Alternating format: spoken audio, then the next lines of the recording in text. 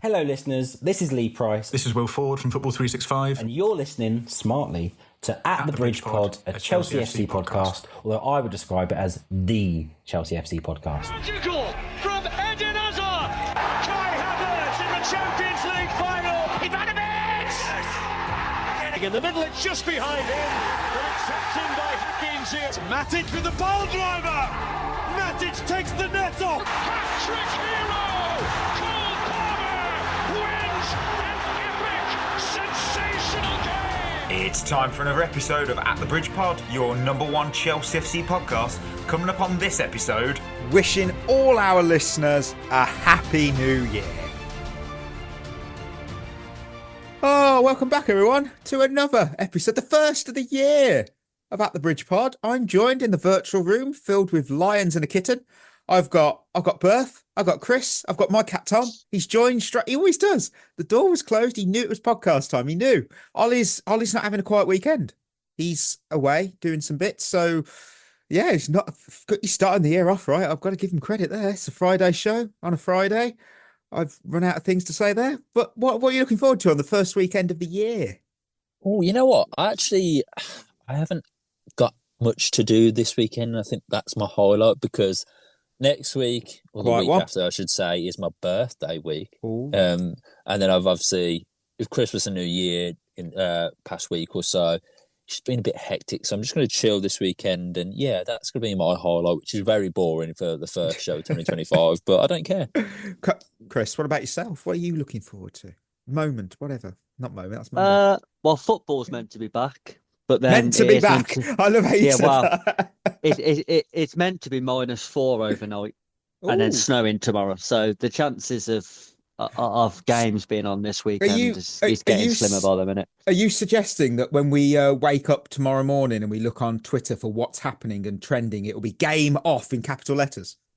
Yeah, that'll be it. I bloody love seeing that. You just know the weather's hit shit if that happens. It still doesn't feel like a weekend though. I'm still in that. Yeah, I agree. That stupid thing where it's like, I don't know what day it is. I thought yesterday was Monday because I went back to work and I was like, oh, it's Monday. Oh no, it's Thursday. What's going on? Yeah, it's weird and it's such a weird time of year. Manchester United might get away with one because it looks like Manchester United is at risk of being called off due to the snow. Man United are just shoveling snow onto the pitch as we speak. Yeah. Oh, bloody hell. Right. For me, as I choke again, I did my baking earlier today. Some mighty fine McVitie's, not a sponsor, gold bar blondies. So that does open up my weekend for a potential quiet one. We shall see though. We shall see. That's a rumor. It's not here we go just yet. However, I have cooked this weekend team for football. I've pulled some good ones. Just call me Michelin star Mikey because I'm about to serve you up a 3-course meal of football that you're gonna be all over this. So all the kickoff times will be GMT, by the way, just so you know. So your starter is 12:30 tomorrow. Blackburn Rovers versus Burnley in the East Lancashire derby. Might be game off. Yeah. Could be. It's at risk. It's there. But these two won't be off. We turn to Sunday, where I'm taking you to Greece at 6:30 in the evening for the battle between second and third in the Super League as Panathinaikos take on PAOK. And then your dessert, which will be so damn hot you will burn your mouth on it. 7:45 p.m. Roma versus Lazio, Rome derby. I think that's my pick. I mean, if I have to watch one game all week, Rome derby's always the spiciest. Proper derby. Oh, it's. I mean, the Stadio Olimpico is their stadium. They share it like the San Siro. I am looking forward to it. I have no idea who's fit and who's even the managers there. I know is Sarri still one of the Lazio manager? Is he? I hope. I think Conte is Conte Roma manager? No, Napoli manager. Napoli. That's not a good start for. It's a good job I'm not doing Italian managers and their clubs for Lone Army to kick it off this year. It would be. You'd be out of that. I've got some Shevva shoutouts before we kick off, and I did notice one didn't appear in the last show that was on our Fulham episode. So I will be pulling that one in. So I apologise for that. I did that, just missed the cut. So first, I've got lhouse75.lh. Boys, love the pod, listen religiously, great banter, and I look forward to the new episodes over all of the other Chelsea pods. Can't wait for more in the new year. Cheers from Wisconsin in the US. Up the Chelsea. Oh, it's a good start. I'm liking this. I'm liking this. Yeah, I'm loving this. I like it. I like it. I like it. I don't think we've had anyone shout us out from Wisconsin yet. Well, we have now. No. We then move to Ethan Williams. Thanks for the pod, lads. Nothing like getting on my bus really early in the morning and you guys brightening up my footy mornings. Being a Blues fan since 2022. I used to hate football. How much I regret that. I'd like to know if we got him into football. Maybe. Of all people, Maybe. we did it. Yeah. Trent can't confirm if this is the Liverpool player. Your Chelsea pod continues to be amazing, insightful, and fun. Best wishes for the new year, Trent from Larkmont, New York. Larkmont. It's definitely not Trent Alexander-Arnold. I should. I'm going to Google this because I have no idea how to pronounce that, and I'm very good at that. You know, I'm always accurate. Larkmont. Oh, I wasn't even close. Kind of was. Yeah, it was all right. And Molly, Happy New Year, gang. Oh, Happy New Year to you as well. Happy New Year. And what a great kickoff. We've not got happy news, but we'll get to that. We'll get to that. So, of course, news. First time of the year, we're going to check out the news you may have missed in the elevator of Chelsea news. Chelsea are interested in signing Fikayo Tomori. Chelsea will consider the Christopher Nkunku situation if he requests to leave. Torino have made an offer to sign Cesare Casadei. Chelsea have officially activated the clause to bring Aaron Anselmino back to the club. Gaga Romama Slavina has been recalled from his loan at Barnsley.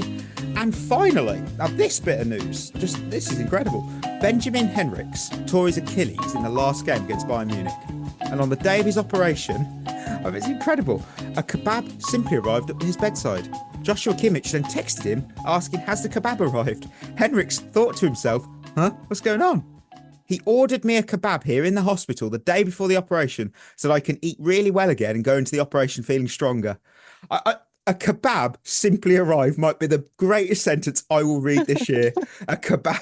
It's like, you know what? It just goes to show that football players are humans after all, and everyone loves a kebab, don't they? Oh, yeah. Well, I'm not the biggest fan. It's not my go-to takeaway. Mikey, you are wrong. You are so wrong.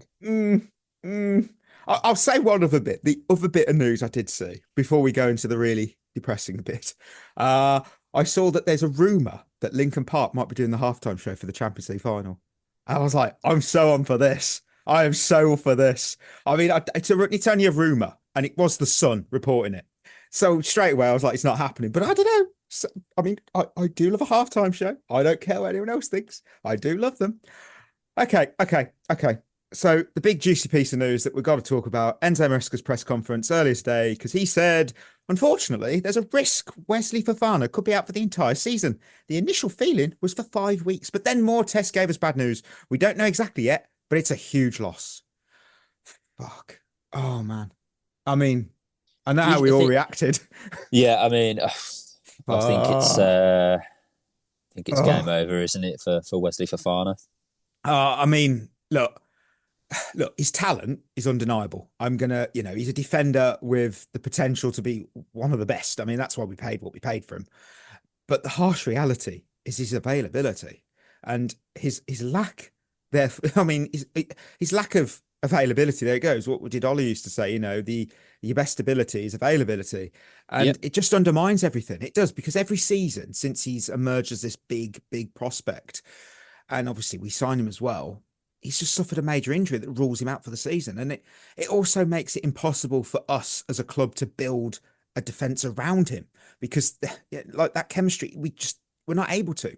And look, injuries aren't his fault, and there's that mental strain of the constant rehab, and it must be exhausting. It must be. And the problem is, though, we need consistency and dependability. And I don't feel we can now keep gambling on a player who spends more time on the treatment table than on the pitch.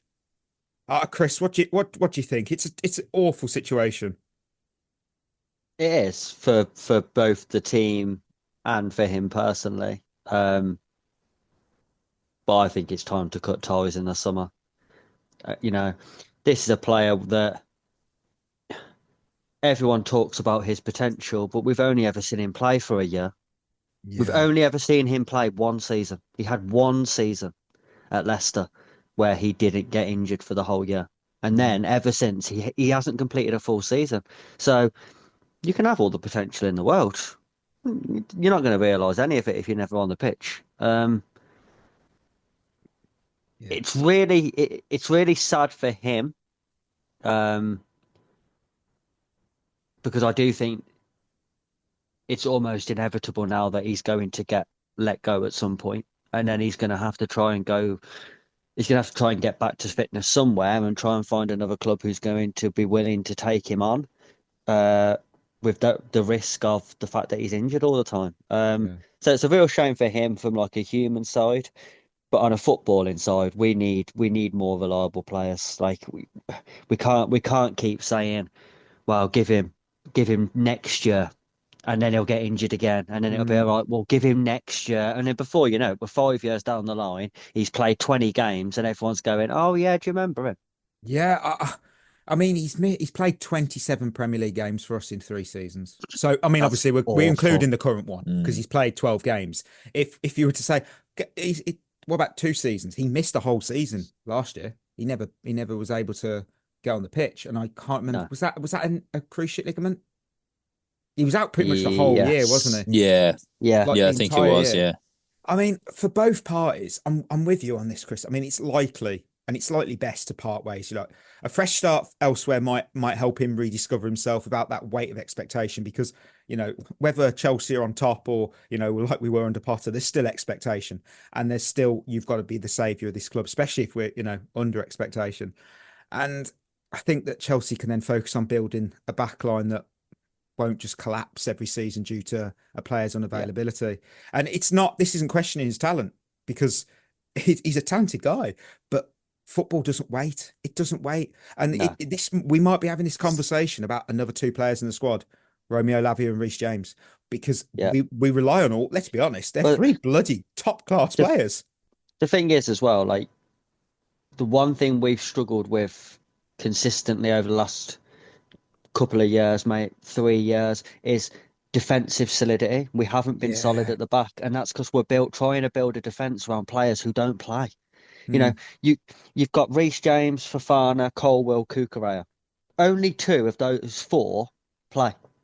Yeah. Well, that's why we're not good at the back then. Because we're constantly swapping and changing people out. Like Fofana, he came in, start of the season, started to get a partnership with Colwill. Now he's injured again. You know, even the people who are meant to be replacing him are also injured. Badia Shields injured. And then you're thinking, well, we can't sign anyone if we're still believing in Fofana, because you can't bring someone in who's as good as him, because then when Fofana's fit again, the player you've just signed won't play.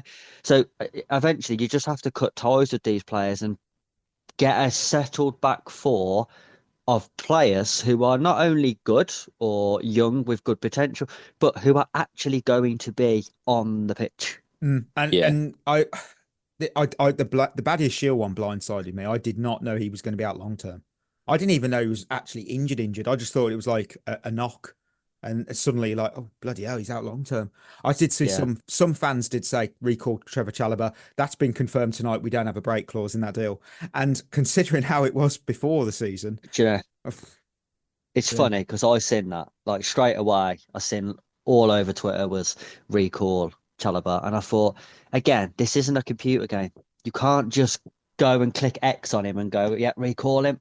Yeah, that's not how it works. Like, there has to be things tied into loan deals that you have recall clauses and things, and most clubs won't accept them, because why would Palace accept that? It doesn't benefit them in any way, shape or form if they allowed us to recall him. So that was never going to happen. The thing that has confused me more than any would be, we've recalled the Boca Juniors young centre half. Yeah, Smello and Smello. But again, unless there isn't a clause in Gilchrist's loan move, he would have been a better option to bring back, surely.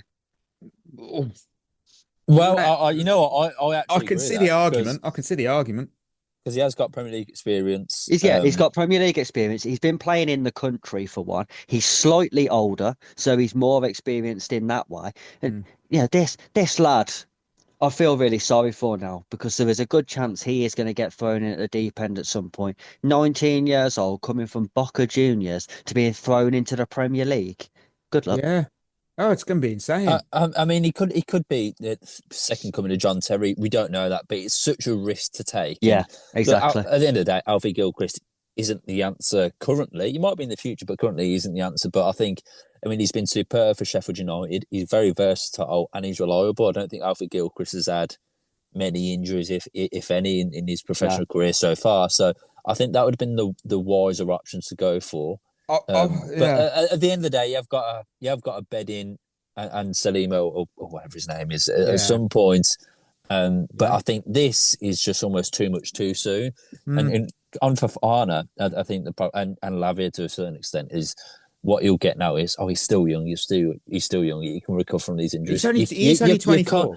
But you can't just recover from these injuries because you're young. If you had a bad leg break like he's had, if you have a bad Achilles or cruciate ligament injury, you can't just recover from these injuries. No. Like, these last with you for the rest of your life. That they're genuinely career-ending injuries, and to have not one but two of these, it's going to affect you. And I don't care if you're the best player in the world or the best defender in the world. Yeah. You can't just magically wave a wand and go, "Yep, you can play all these games in a row." Another player that was actually in our last chance saloon. Ironically, I loved how there's talk that we're looking to sell Khan Chukwuemeka, but nothing less than his 40 million release fee. Yeah, sure. No one's paying that. No one's paying it. He's staying. That's what it means. That's what it means, listener. If you've read that, he's staying because he's played in 4 seasons, including the Villa, his tenure at Villa. He's played 37 Premier League games. He is not going anywhere because nobody's going to pay 40 million and do that risk. They're not. He's got the potential, but no, it's not going to happen. All I would say is, didn't Forest pay something like that for that Elliot Anderson from Newcastle? Yeah, that was a PSR deal. Come on. Well, maybe we'll do one of them. Yeah. Good point, actually. I didn't think of that. And to be fair, Elliot Anderson's been fantastic at Nottingham Forest. He really has, yeah. Yeah, he's justifying the PSR price tag. Yeah. Right.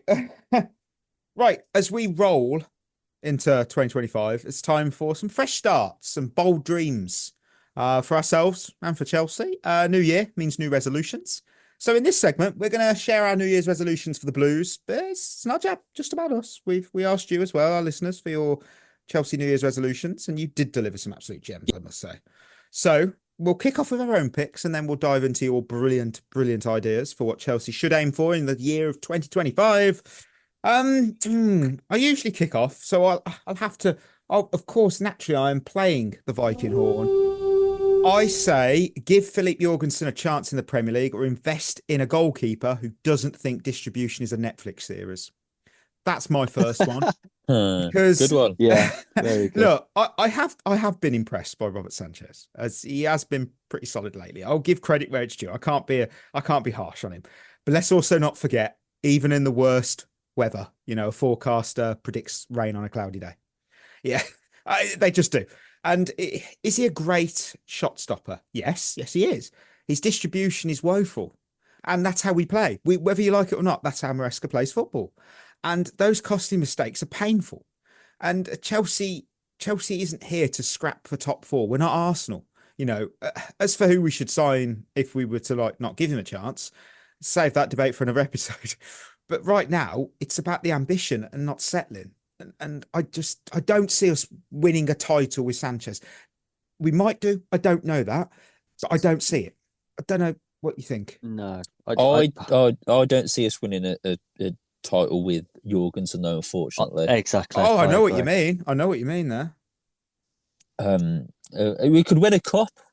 Don't get me wrong. We could win a cup, but I think winning a league, you have to have a totally different sort of. You get found out in the league. I think in the cup you can kind of get by, but in a league situation over 38 games, you need a solid. You look at all the great teams that have won the league over the years. You need a solid, a world class keeper, or a very very good keeper at the very least. 2 class centre backs, 1 world class midfielder, 1 world class striker. That's the core that you need. And I think as far as keepers go, I don't think Sanchez has been awful recently. He's been okay. And same could say for Jorgensen. I don't think he's been awful, but he's been okay. you're not going to win a league or come close really with those two, unfortunately, in goal. And I do like them both. I think they carry themselves very well. But yeah, we need to invest in that area, definitely. I'll pull up one of Ollie's. Ollie has given me two. He sent them in. So just imagine I'm Ollie. Go to the gym. Please do an impression. Please do an impression of Ollie. I can't do that to him. I couldn't dare. Go to the gym. As in, I want to stop seeing Chelsea players get injured for long periods of time. There we go. Oh, I mean, that's a pretty accurate one. Mudrik's not doing anything. Is he allowed to go to the Chelsea gym? With his... No, I don't think he would be, would he? He's not allowed on the training ground, is he? So if you're in London, he might be at a local Pure gym. He might be. I don't know.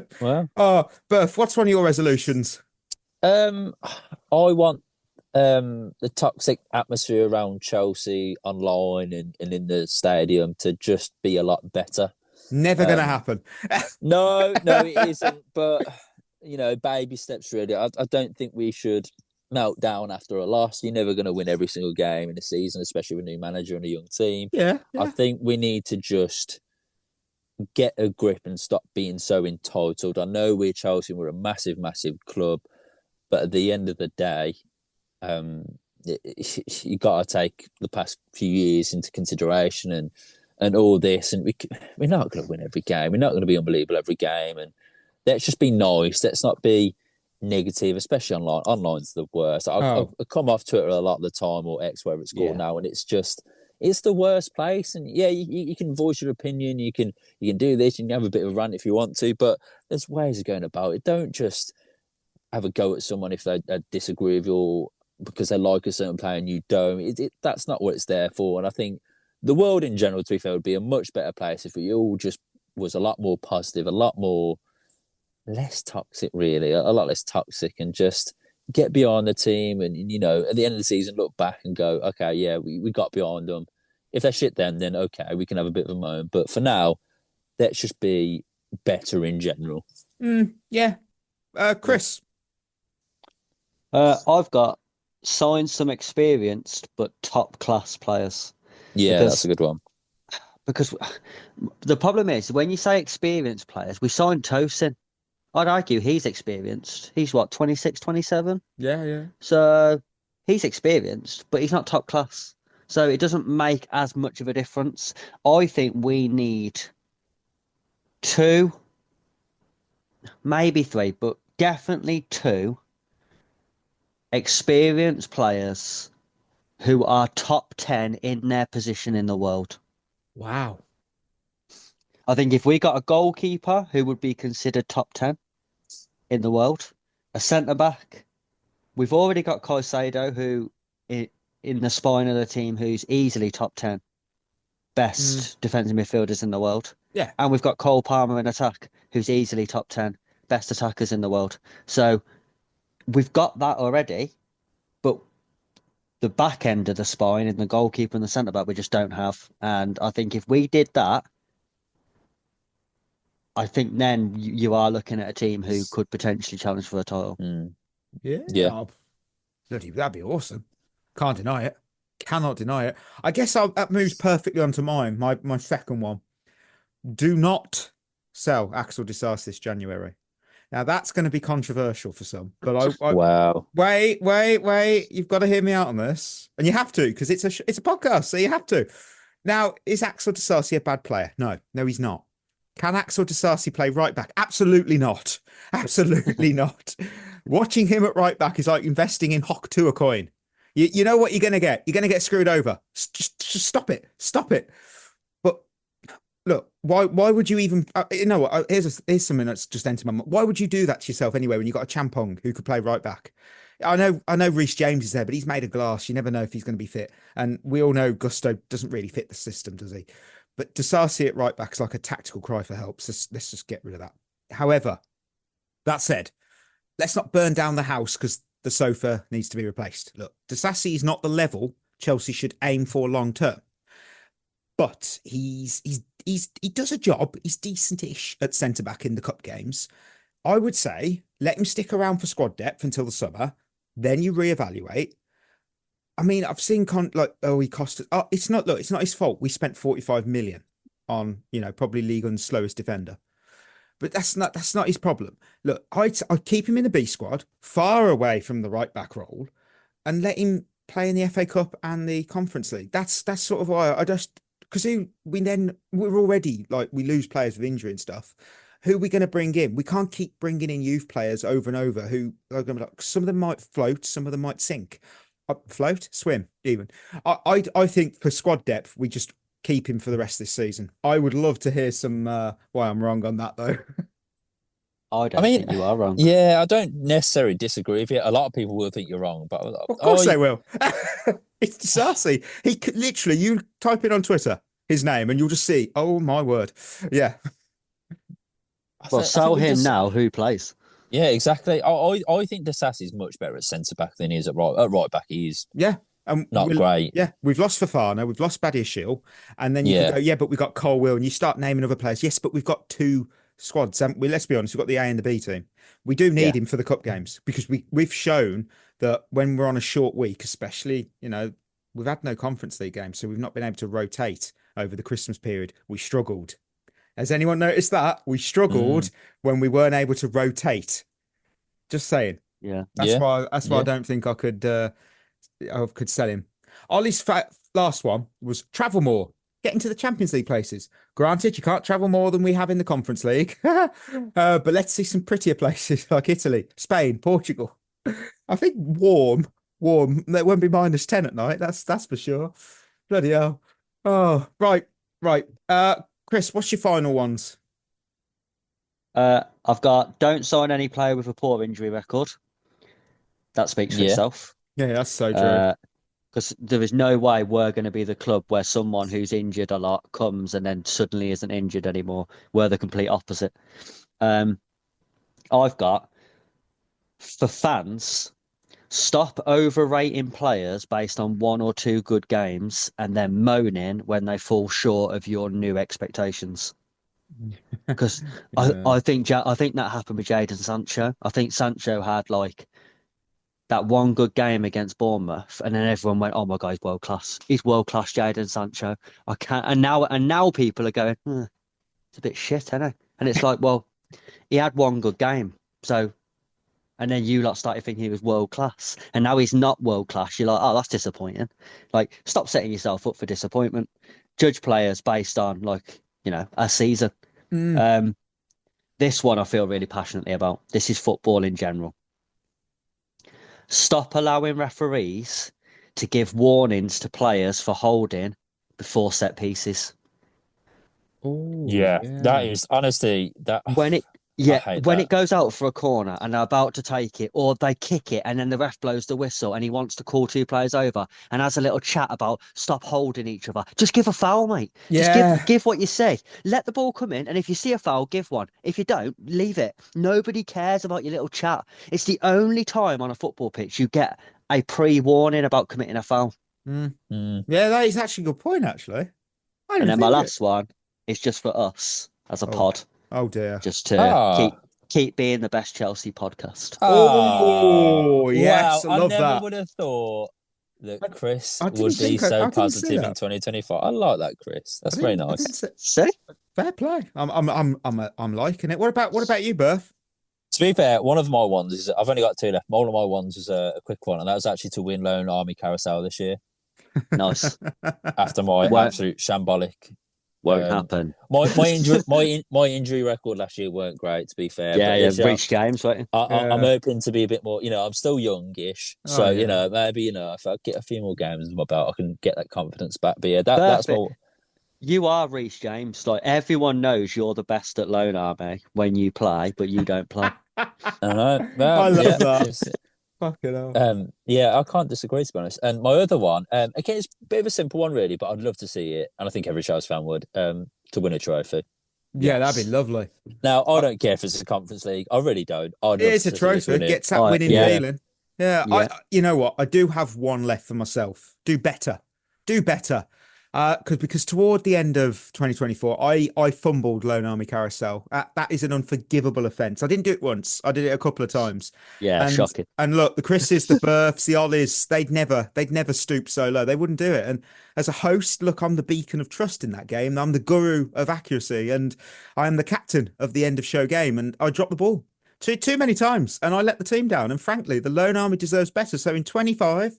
I'm going to earn back that trust. No more slip-ups, no more fumbles. I'm going to restore the order because the establishment deserves it. And that is my final resolution for myself. Mikey, to be fair, though, Mikey, no one's perfect, though, mate. Come on. No, that's true. That is true. Imagine if he makes a mistake on Lone Army today. Shut your face. Oh, if he does, I'm moaning straight away. I'm moaning straight away. Look. Time for our listener suggestions for resolutions, and this one's so good. Rob JP on Twitter, you know him, he's bloody brilliant, and he put Friend of the show. Yeah, he is. Stop amplifying idiot rival fans who make stupid posts about the club. Ignore them and make them fight stories about their own side. By reacting, even just calling them wrong, you are creating a whole new platform for them to use. Yeah, you're so right. You know what? And this actually ties into one of my points about Twitter and negative energy and atmosphere. I get so annoyed when I see a Man U fan on Twitter, for instance, go, a certain team's losing to Ipswich. Yeah, we are. Where are you in the league? But loads of people, what people are doing is doing that, and it gains traction for their page or their Instagram or their football following. It's all for clicks. It's all for attention. It works. If it does work, and if people cottoned on, realise what you're doing, don't bite.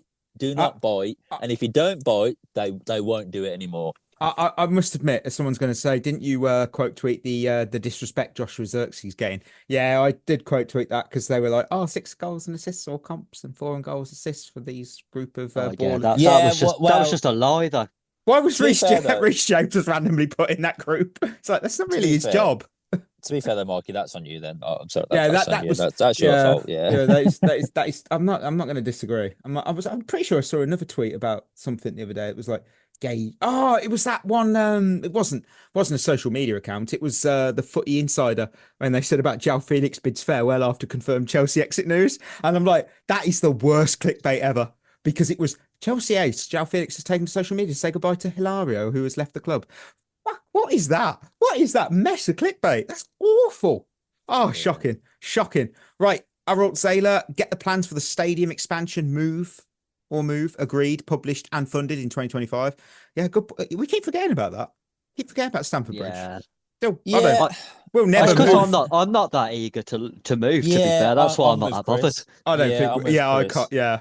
JBH25, solidify ourselves defensively and strings together, even some clean sheets. The rest will then fall into place. That might be one for 2026, not 25. But went too early. 2036. Yeah. No. Mike Muck, a class centre half. Maybe try Reece there and top 4. Oh, I mean, he wouldn't have to run. That would make top it 4. Yeah. But Reece wouldn't have to run. He wouldn't have to run. I think if he's to play back 5, then maybe, but I don't think I could trust him still at right back. No. He wouldn't have to run, and he can't get injured if he can't run. I'm telling you now, from someone who's transitioned from a centre mid to a centre back, you turn more at centre back than you do at centre mid because you constantly the ball's coming over the top, and you're constantly going out to the left and to the right, and then back towards goal. It's a lot more difficult than you think. Being a centre-back's hard. Give him the Thiago Silva treatment. We know he can't run, so we build around faster players around him. But Thiago Silva's body's been accustomed to playing centre-back his whole life. Reece James has been a right-back. Not as much turning at right-back. Centre-back's a whole different game. Yeah, okay. You know what? You make a good point. You do make a good point there. Oh, right. It's now time for Lion of the Week. So it's the preview. This weekend we're still on the bloody road. We're taking on Crystal Palace. It's not that far. Here's a little scoop on the opponent. So what's the state of Crystal Palace? They're sitting 15th in the table. They've got a record of 4 wins, 8 draws, 7 losses. Recent form, 2 wins, 2 draws, 1 loss. Highlights including holding Man City to a draw, which kind of now feels like a bad result. The forgettable 5-1 defeat to Arsenal, of course. The spotlight goes for me, Eberechi Eze, because he's their spark plug. I mean, he's had a difficult season so far. Just 4 goal involvements. He's battled injury. He's also lost the Dr. Watson to his Sherlock in Michael Olise. But he still has potential for magic. He always does. I'm never going to count that player out. He always can create something out of nothing. Meanwhile, Trevor Chalobah, ironically one of their strongest defensive options, can't play against his parent club. So letting him leave now feels like an even worse joke considering recent news. The last time Palace beat Chelsea was back in 2017 and it ended 2-1. And you know what? I've got this. Can you tell me who scored for us? 2017. 2017. I think it was Cesc Fabregas. Okay. 2017. No way a listener gets this. No, I'm sorry. I don't believe you'll get it. I'm that confident. Was it Willian? It wasn't. It was Bakayoko. Oh, Jesus Christ. I can't believe that. Yeah. Wow. We all just wanted to pretend he wasn't here. Yeah, I mean, and of course, it wouldn't be a preview. Please, actually, listeners, if you knew it was Bakayoko and you didn't skip ahead or Google it, let me know because I'm curious. Because there's no way you'd remember. I don't remember him doing anything ever. But it wouldn't be a preview without me telling you what was the UK #1 hit when we last lost to the opposition. It was "Glorious" by Macklemore, a song I've never heard of. So yeah. With the stage set, though, we've got line of the week predictions. Who's going to rise? Who's going to rise against Palace? It's a difficult one. I'm going to go Nicholas Jackson. Okay, I can understand that. I've put no effort into this. I'm going to go Caicedo. Okay. I might let the wheel try and help me out here. I did write Caicedo down, but I don't think that was from this week. I think that was just me being lazy. And I haven't actually picked the proper name. Let's see what the wheel says. Don't go Fofana. Don't be mean to me. I should really take Mudryk off the wheel as well. It's picked Mudryk. Thought it would. Now I've said it. Yeah, that's not realistic. So, I really should remove Mudryk from the wheel because there's no way he's going to play for a while. Who's that? Pedro Neto. Okay. Ambitious. I don't mind that. No, I don't mind that. No. Oh, bloody hell. Who do I pick? Oh, let's have a look. Who's going to play? I'll go Kukurea. I don't know why. I don't know why I'm doing that. Yeah, that's a good one. I think that's a good one. I mean, you can tell I don't care about this competition anymore. It's like last season when I just used the wheel. Oh, right. Pedro Neto. There we go. Christmas questions. It's back again for another year. I've got one very good question. Ballistic in the Discord has asked earlier this season, and the last we heard a lot about how the ownership's involvement with the team was causing a lot of problems. Since about November, we have not heard much about their poor decisions, with the 25-year-old Cat being an example.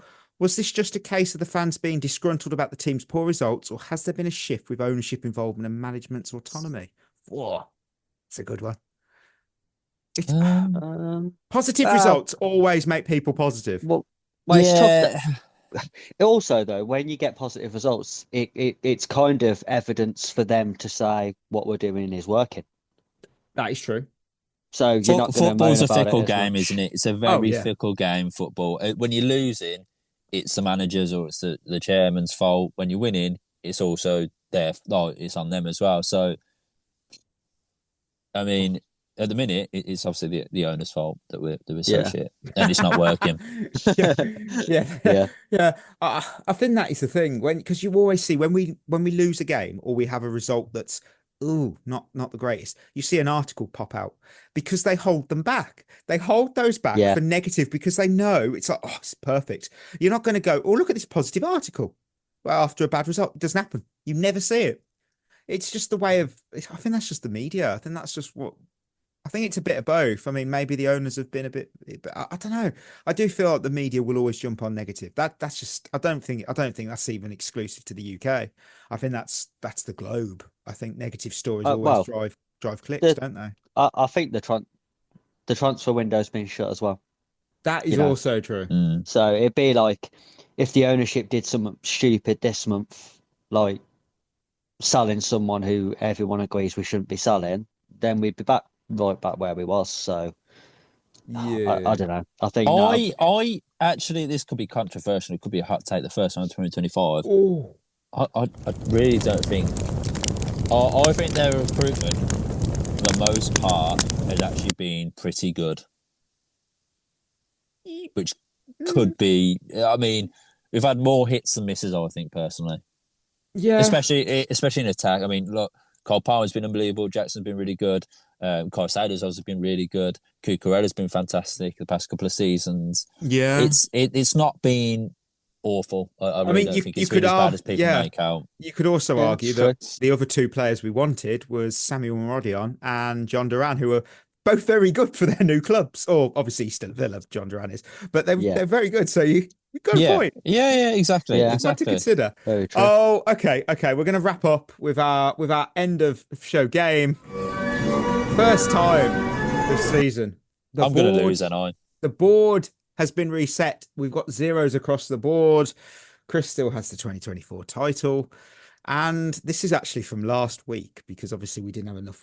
So basically Ollie and I. So, notice how Chris won the title. He just ducked out of the final. She was like, not interested. You know what? I don't blame him. I don't blame him. I went on the beach early, mate. Yeah, he went on the beach. Oh, put the kids out. So the category today is the Premier League, because the Premier League was graced with some superb strikers during the 2010s. So I want you to name the top 25 goal scorers from this decade. And this was from the actual Premier League website. So if they're wrong, it's their fault. Sorry, 2010s or the 2020s? 2010 through to 2019. That's the decade. And I am pretty confident you won't get a full house today. When we mop up after someone wins, I gave this a go myself, and there are 5 names I'd never have put in the top 25. Like, no. They're not unknown players, by the way. They're not like someone random. They're all known players, but I was like, they were in the top 25. Wow. So, you know what? Chris is the champion, so we'll let Chris go. We need a name from the top 25 goal scorers of the 2010s in the Premier League.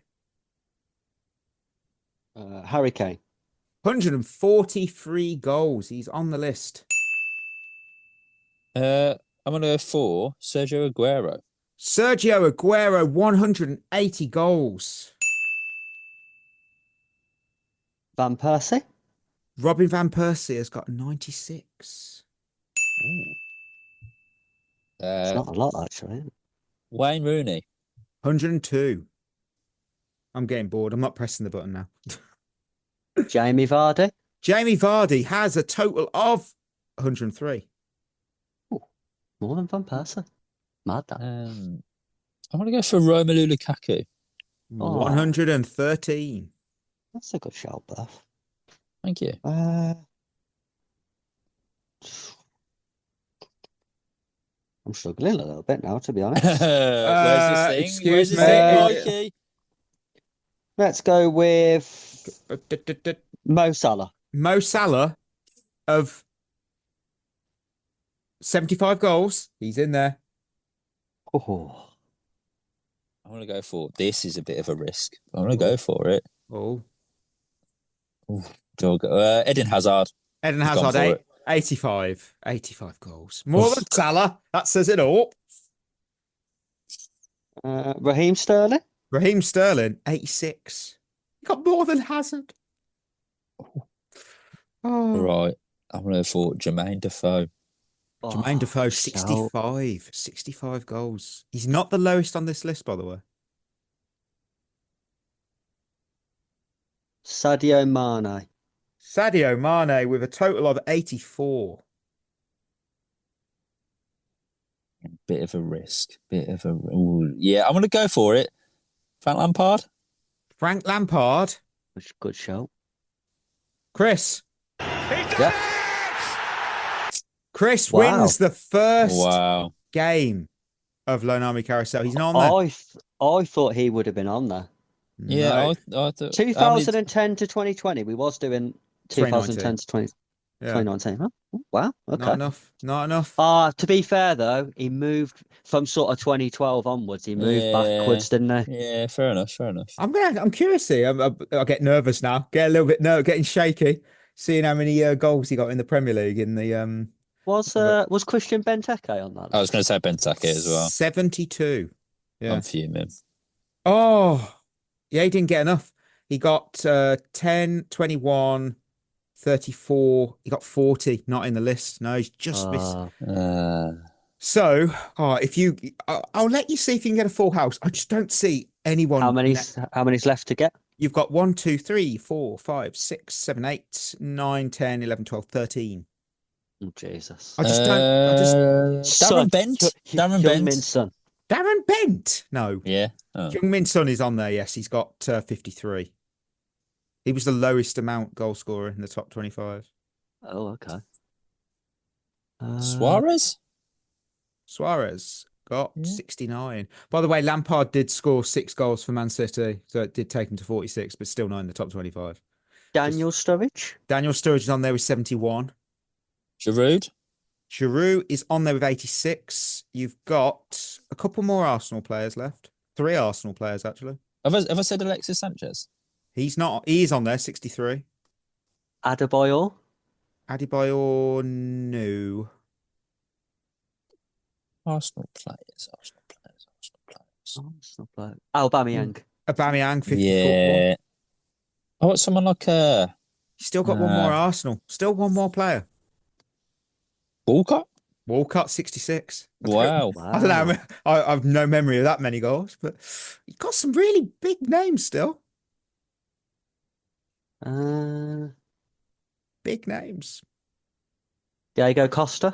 No, he's not on there. Peter Crouch. No. You got 3. Yeah, I'm going to classify them as midfielders. 3 Man City midfielders. Kevin De Bruyne. No. You wouldn't think he'd score goals, but this guy did. Yaya Toure. He's on there, yep. 60 goals. This player got the same amount as Toure, 60. And I'm like, he scored goals. What? David Silva? Yeah, 60 goals. David Silva. I was like, he scored that many? Wow. And you've got one player who's a winger for City, but midfield winger, Mahrez is on there. Yeah. And finally, you've got a Man United player, an Everton player, and a Liverpool player. Rashford. No. It's not who you think. Fuck. It's a striker. Shit, any Rashford. Rashford is shit. No. Think of a cult hero. He's a cult hero. Cult hero? You wouldn't say he's one of the best they've ever had, but he's a cult hero for them. For who? Sorry, who's this for? For United. I don't know many people that dislike him. I mean, he's a winger. He's a winger. No, he's a forward. He scored against us enough. Berbatov. Have I said that? No, it's not Berbatov. No. Don't know who. Do I have to say what his nickname? What do you have for fish and chips? I was gonna say Hernandez, but yeah, the little P. Javier Hernandez, 53. Hated him. Okay, Chris doesn't like him. And then you've got a Liverpool player who I think's in the Saudi Pro League now. I think he is. I mean, Firmino. Yeah, Firmino. Is he? Is he in the Saudi? Oh, he is. Yeah, he's in Al Ahly. Yeah, he is. Yeah. And I will just. This was a surprise, and we'll move quickly on. Gylfi Sigurdsson. Oh, I know. Yeah, I was I was like, quickly on. I knew that was going to be. Like I said, there was a lot of players in that list. I was like, Javier Hernandez got a lot of goals. Really? David Silva blew my mind. I was like, what? Oh my word! It's mad. Yeah. Oh well. Right, listeners, we're at the end of another episode. Of course, before you go, we're proud to remind you about our partnership with Head in the Game, the mental health charity using football to support wellbeing in the community. Check them out, headinthegame.co.uk. Treat yourself well, and we'll be back on Monday because we've got winners and losers from Chelsea and Palace. So till then, that will be us signing off. You've been listening to At the Bridge Pod, a Chelsea FC podcast. Follow us on Twitter and Instagram by searching for At the Bridge Pod. And if you're listening on Apple or Spotify, leaving us a review is always appreciated.